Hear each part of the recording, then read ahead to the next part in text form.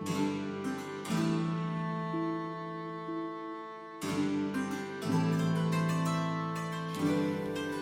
lovely people, how are we doing? I hope we're doing absolutely wonderful today. And I'm extremely excited.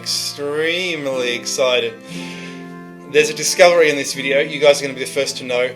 I'll tell you, Salisbury Stonehenge Avebury is in the centre of the land area of Matthew Paris's square-shaped, rectangular-shaped UK up to Hadrian's Wall. It's right there. We're going to zoom in and have a look. Now, someone told me you were looking in the wrong place, Charlie. I had a voice call this morning from a patron and a fan. Hello there. And he said, that's not Salisbury. The map is screwed up. I assumed it was because you go London, you go east, you go west to Windsor, and you keep going, you get around here. Stonehenge should be around here. That's not the case at all. That's not a north-south line. Nope. It's not a north-south line. This is the line through Stonehenge Avebury that I mentioned in a previous video. It's actually called the Duke's Line. We're going to look at that. I thought I came up with it. I didn't, but I came up with the land area. I came up with that. It bisects the land area of UK up to Hadrian's Wall. But look, there it is, Salisbury. It's in a bit of shorthand there. The B, and it's taken as a given that it's a bury, so you don't need to write that in. He used a lot of shorthand. Matthew Paris did.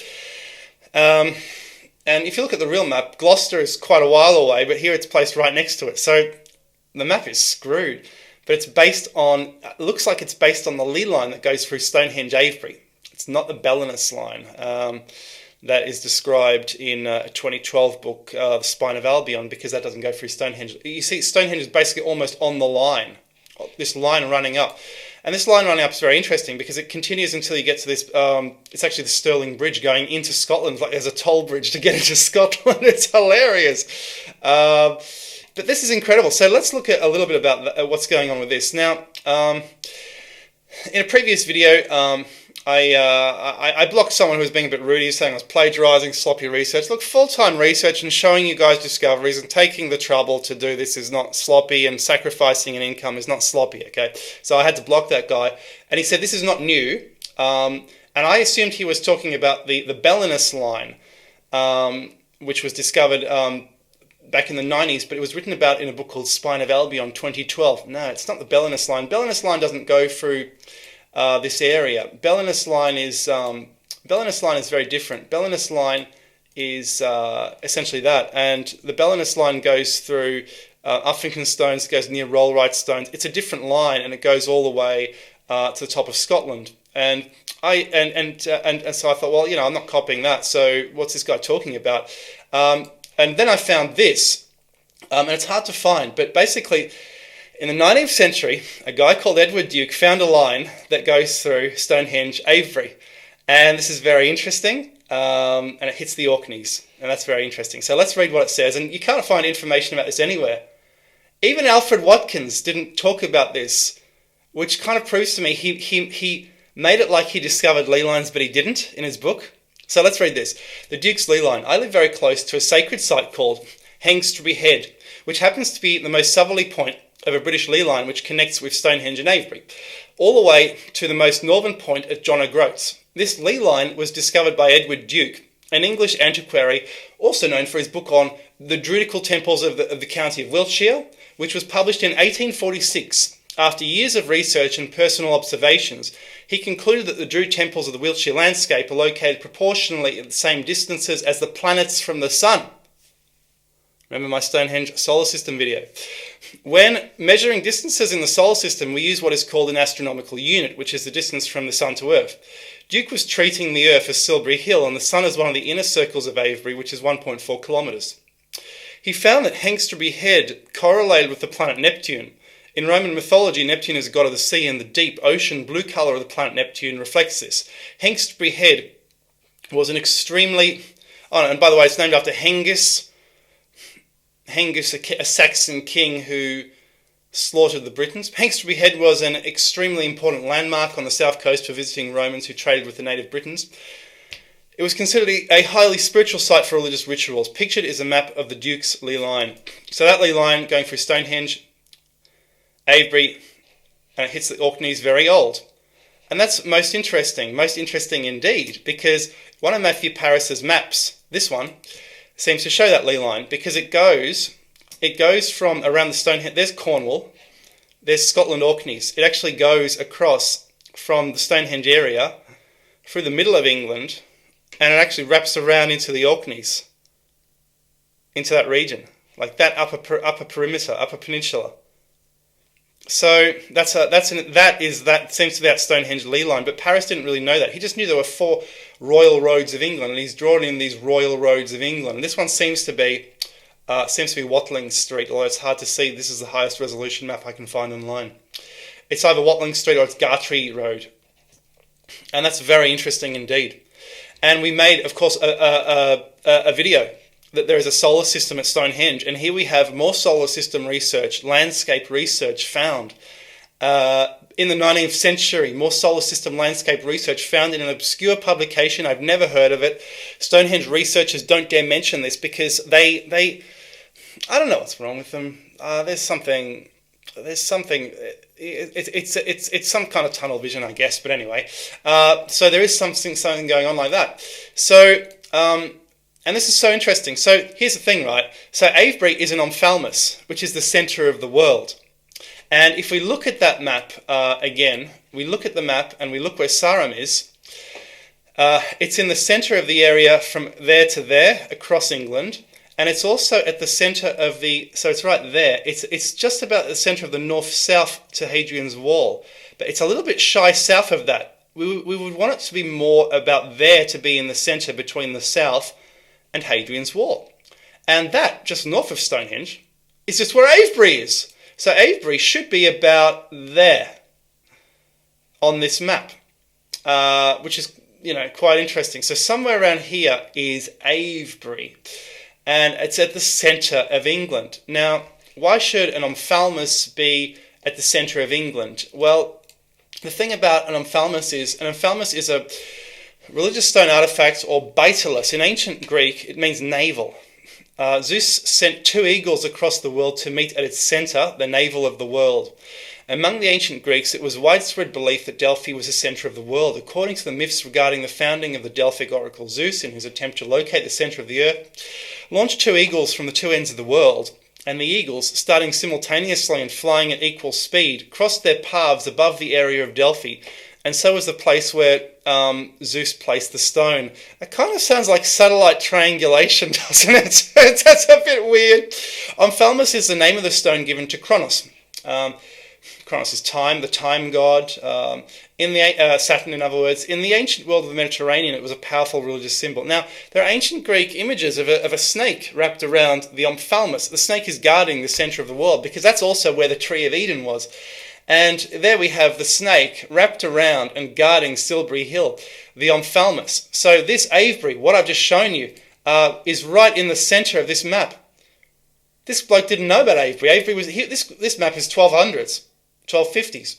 Avebury, rediscovered by Stuckley, Aubrey, etc. in the 1600s, 1700s. People didn't know about it in England. It was forgotten. It seems to not be known by Matthew Parris. He didn't know why Avebury's placed. He didn't know about Avebury, and yet he placed it in the centre of this map, the centre of the island. And that's interesting. Now, this road, it's been called the Belinus Road. There's a master's thesis online. You could look it up and read all about this Matthew Parris map, 2013. Queen of All Islands, the imagined cartography of Matthew Parris, Britain. And this is interesting. Once I actually got into an argument, some professor was telling me, you never do that. And I was saying, yeah, you do. I've seen it. And she said, no. And she might have marked me down a bit after that argument, because these guys have terrific egos. But we're going to look up Belinus. And what happened was... Geoffrey of Monmouth's history recounted the story of King Belinus, who had cast out the invading Danes and had conquered all of Britain. After firmly establishing his hold on the land, Belinus built a paved road from the south coast of England to the northern shores of Scotland in order to define the limits of the realm and carry his law to the whole island. Belinus sprang from the line of Brutus, and both Geoffrey of Monmouth and Matthew Paris noted the king's fame as lawgiver. Paris's itinerary route on the Claudius map, then, interplays with the background of Roman and Briton roads that projected historical claims to the whole island. In other words, he's saying that's the Belinus line. And, of course, these blokes, these two... just Gary Bitcliffe, who wrote the book The Belinus Line, he's calling this the Belinus Line after what's in Geoffrey of Monmouth. But, of course, he's found this line... But, honestly, yes, there's a line there, but the Stonehenge Avebury line is more appropriately, which goes to the Orkneys, I think the Duke line is more appropriately the Belinus line because it bisects the land area of just England, and this does not. It seems to bisect the land area of the whole thing. So this was another line in order to bisect the land area of the whole of UK, whereas the Stonehenge Avebury axis seems to just bisect the land area up to Hadrian's Wall. And that's the difference between and utility behind these two lines. That is unbelievable. Now, there's more.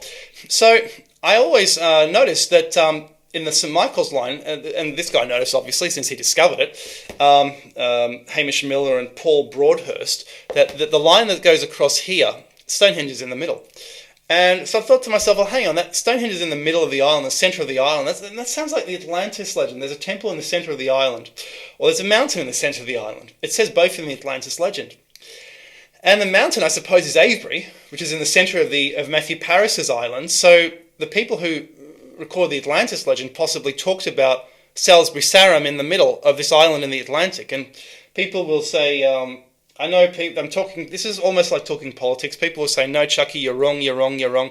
Look, show me a better island in the Atlantic and we'll go to that. But meanwhile, we'll talk about this. So there's Salisbury, Avebury, right in the centre of the area of this rectangular England. And of course, England Stonehenge was, what am I talking about? Atlantis was described as a rectangular plain with mountains in the north. And south of the mountains is this rectangular plain. And you look up the Atlantis legend, you just look that up. And it's about the size of England, 550 kilometres by 370 kilometres, mountains in the northern portions. And this is incredible. And what happens is there's a mountain, there's a mountain in the middle, and this is incredible. And this is, of course, is the island that sank, rich in brass, tin, orichalcum, which they possibly got from the Americas because this is on the way to the Americas. So there's a lot that fits here, and I find this just incredible. Check out my Sarum video on Atlantis, on Old Sarum, Charles Koss, and basically I said Old Sarum was Atlantis. It kind of fits the Atlantis idea. It looks like Atlantis. It's about the size of Atlantis. Now we know it's at the centre of the island near Stonehenge. In fact, it's actually to the southwest of Stonehenge. So let's look at the Matthew Paris map. So Salisbury is here. So that's where Sarum is. So just a little bit more that way. There is Sarum right in the centre of the rectangular plain. And the canal going to the sea might have been perceived to have been going across from here, basically, across there. If we're talking the Atlantis legend. But we might not be. Maybe it's not Atlantis. Maybe it's that mountain Rikat in Africa. Who knows? I don't know for sure. But this is what I think. And I want to tell you what I think. Anyway, guys, this has been amazing. An amazing discovery that the map is, to conclude, the map is generated by ley lines. It's generated by the fact Avebury, the ophthalmos of England, needs to be at the navel of England or the centre. And no one knows this. But you can see this is an ancient Druid map. This is a very old map. This map might have generated the Atlantis legend, and it may be the map which also generated, essentially, because Matthew Paris actually drew England differently. He drew England 4 times. He drew England differently another time. I showed you the different map in the previous video. It sort of juts out like that. It's a bit weird. This is another map of England. He was copying 4 different old maps. I'm so excited. Guys, don't forget to check my books out on Amazon. Bye-bye!